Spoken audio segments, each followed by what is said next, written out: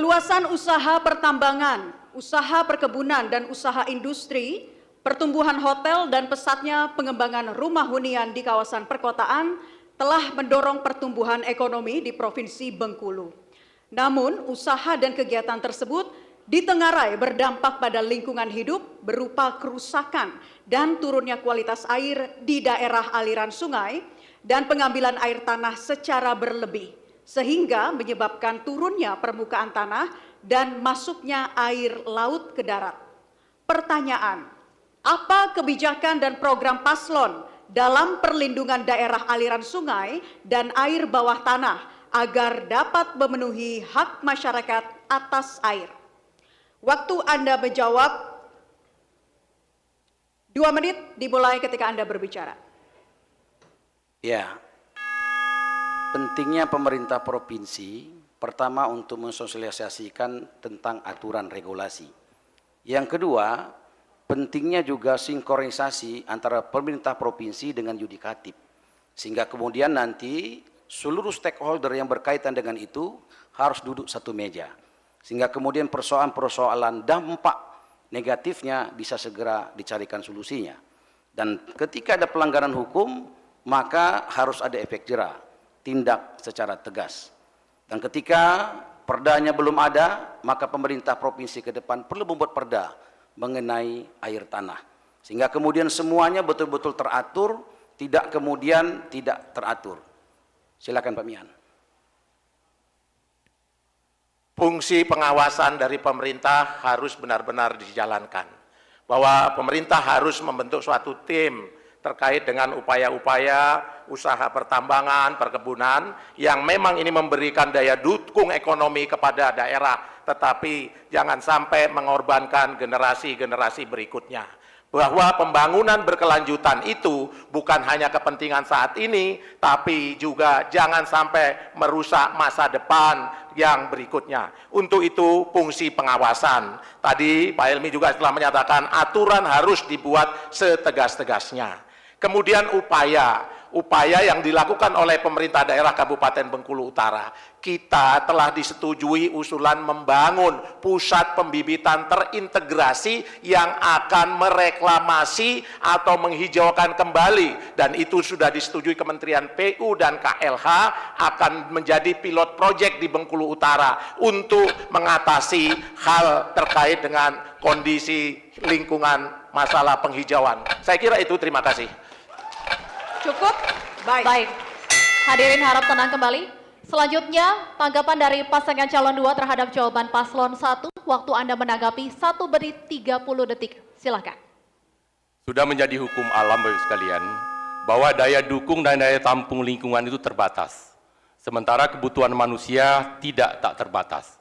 Maka dari itu perlu pengelolaan lingkungan secara berkelanjutan dengan pendekatan ekologi. Kami memastikan agar kebutuhan air, minum dan air baku masyarakat Bengkulu bisa terpenuhi. Maka pembangunan SPAM regional, KOBEMA, Kota Bengkulu, Bengkulu Tengah dan Seluma, pada posisi sekarang sudah pada pembangunan intek terakhir dan distribusinya akan segera kita lakukan di awal tahun depan. Dengan demikian ketersediaan air baku untuk masyarakat Bengkulu Tengah, Kota Bengkulu dan Kabupaten Seluma kami pastikan bisa tercukupi. Terkait dengan bagaimana upaya mengelola das hulu, tengah dan hilir, agar betul-betul terintegrasi dikelola, kita sudah membentuk namanya Forum Das, agar para ilmuwan, pemangku kepentingan, pelaku usaha dan pemerintah bisa duduk bersama-sama, agar bisa mengintegrasikan pengelolaan daerah aliran sungai secara terpadu. Ini semua akan efektif berjalan apabila law enforcement juga kita terapkan dengan baik, dan ini memerlukan komitmen dari kita bersama. Saya yakin ke depan situasi kerja sinergitas dari semua pemangku kepentingan akan semakin lebih baik, karena kerangka kerja sudah kami susun sedemikian rupa dengan regulasi-regulasi yang lengkap. Dan komitmen kita semua sangat kuat bahwa Bengkulu harus kita selamatkan dari kerusakan dan kebencanaan alam. Sudah cukup Bapak? Baik. Berikutnya paslon nomor urut 1 silahkan merespon tanggapan dari paslon nomor urut 2. Waktu Anda 1 menit 30 detik. Ya, SPAM ini mulai ketika Helmi Hasan jadi wakil ketua DPR provinsi dulu. Di zamannya Gubernur Agus Rin sudah kita inisiasi. Dan di zaman Gubernur Agus Rin dulu SPAM sudah ditandatangani oleh Wali Kota Bengkulu, Bupati Siluma, Bupati Benteng, dan insya Allah itu menjadi fokus, sehingga kemudian nanti ketika itu berjalan, maka air bersih Kota Bengkulu tidak tergantung dari sungai, tetapi dari PLTU Musi. Dan itu insya Allah kualitas airnya kualitas yang sangat bersih, karena tidak perlu ada pengolahan lagi, dan air itu sudah bisa dikonsumsi. Dan insya Allah ini bisa menjadi sumber PAD baru bagi provinsi. Ketika ambulan kita hilangkan PAD-nya, maka dari Sepam akan ada air bersih, kita akan produk air bersih namanya merah putih. Baik. Dari hasil pengamatan dan kunjungan kita beberapa waktu yang lalu, banyak terjadi pendangkalan-pendangkalan. Ini menjadi konsen pemerintah baru, gubernur baru ke depan. Bagaimana itu posisi kanal-kanal nelayan kita tidak bisa berlabuh, harus mendorong kapalnya atau perahunya diipuh itu karena pendangkalan, erosi, harus kita selesaikan segera. Untuk itu menjadi tugas gubernur baru ke depan. Baik, sudah cukup. Baik, kita lanjutkan undian pertanyaan untuk pasangan calon nomor urut 2. Kami kembali mengundang perwakilan dari tim panelis untuk melakukan undian pertanyaan. Kami persilakan untuk mengambil dari subtema terlebih dahulu. Mohon diperlihatkan kepada hadirin, kepada pasangan calon dan kepada moderator. Subtema D, selanjutnya kami persilakan mengambil pertanyaan, Ibu. Subtema D, pengembangan infrastruktur yang berkualitas dan ramah lingkungan. Subtema D, pertanyaan C. Subtema D, pertanyaan C sesuai dengan yang diambil oleh tim panelis. Masih dalam kondisi tersegel.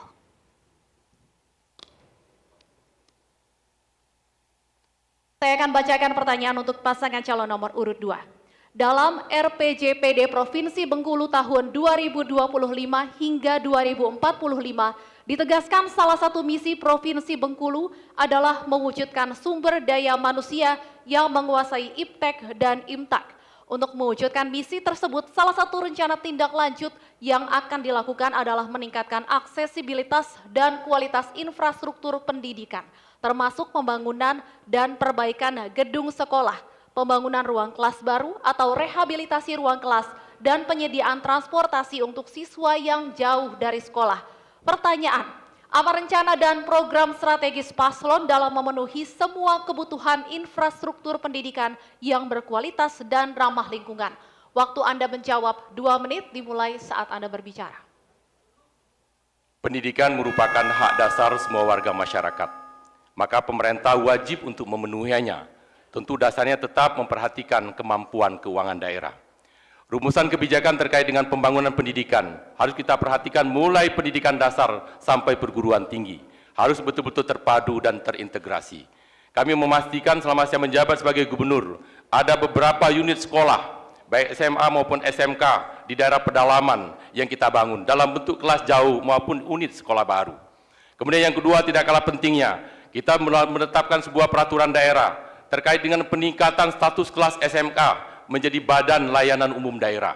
Dengan harapan SMK di Provinsi Bengkulu akan memiliki keleluasaan dalam pengelolaan anggaran dan pengembangan kreativitas. Dengan status BLUD dibagi SMK, kita harapkan produk-produk SMK bisa diterima pasar dan kemudian lulusannya juga bisa diterima oleh dunia kerja. Terkait dengan itu juga, bagaimana kami mempersiapkan pengembangan perguruan tinggi bersinergi dengan pemerintah daerah. Karena kami yakin betul, ketika perguruan tinggi yang ada di Bengkulu bisa dikembangkan dengan baik, maka juga akan berdampak dengan dinamika ekonomi daerah. Maka kita mendorong bagaimana Universitas Bengkulu membuka fakultas kedokteran terintegrasi dengan rumah sakit pendidikan di kawasan eks Rumah Sakit Lama Padang Harapan. Bagaimana kita mendorong YN Fatmawati menjadi Universitas Islam Fatmawati. Juga demikian perguruan tinggi yang lain. Karena sekali lagi kesempatan akses perguruan tinggi untuk memastikan pasti kualitas SDM masyarakat Bengkulu juga akan semakin baik. Dan pengembangan perguruan tinggi pada akhirnya juga akan memperkuat multiplier efek terhadap pertumbuhan ekonomi daerah Provinsi Bengkulu. Masih ada waktu tersisa, apakah ada yang ingin ditambahkan? Saya merasakan sebagai pelaku usaha bahwa Bapak Rohidin ini sudah sangat baik memperhatikan masalah pendidikan, dan saya Waktu sudah habis. Berikutnya paslon nomor urut 1 silahkan menanggapi jawaban dari paslon nomor urut 2. Waktu Anda 1 menit 30 detik. Terima kasih, cukup bagus penjelasan Pak Rohidin. Tetapi di Bengkulu Utara saat beliau memaju periode kedua, dan ini mau periode ketiga, SMK yang direncanakan di Pajar Baru itu sertifikatnya udah 4 tahun yang lalu diserahkan tetapi tidak dibangun. Kemudian SMK perikanan di kawasan megapolitan atau agropolitan Padang Jaya, hibahnya sudah lama juga tidak terbangun.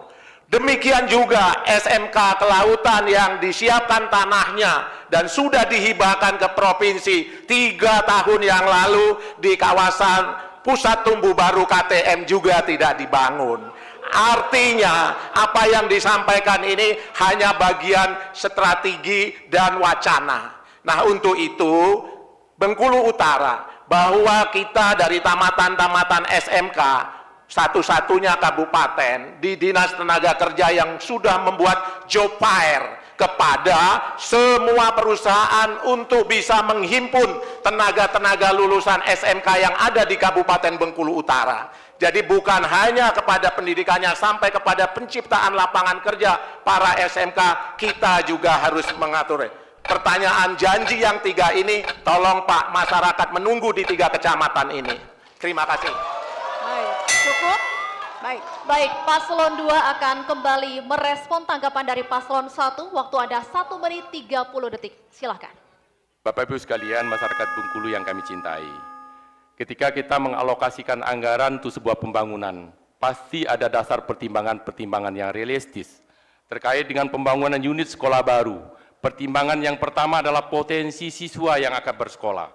Kemudian yang kedua tentu ketersediaan anggaran. Kita tidak mungkin melampaui hal-hal seperti ini. Kami membangun unit sekolah baru di kabupaten-kabupaten lain yang kami memastikan bahwa daerah tersebut secara scoring bahwa kebutuhan lebih mendesak dibandingkan daerah Bengkulu Utara. Atas pertimbangan-pertimbangan seperti itu, unit sekolah baru tidak harus semuanya merata, tapi kita betul lihat sesuai dengan kemampuan dan kepentingan serta kebutuhan daerahnya. Mohon tenang. Waktu masih tersisa. kita pantun dulu ya. Hati-hati barang lama yang palsu, apalagi bukan asli produk kita. Sedikit dipoles agar tampak baru untuk menutupi cacat dan rusaknya. Hadirin harap tenang. Mantapkan hati, pilihan hati, coblos nomor, coblos nomor, coblos Hadirin nomor, harap tenang. Romer. Hadirin harap tenang. Harap tenang. Gubernur, gubernur, gubernur, gubernur. Hadirin harap tenang. Coblos nomor, coblos nomor. Waktu Anda sudah habis. Dan Jelajahi cara baru mendapatkan informasi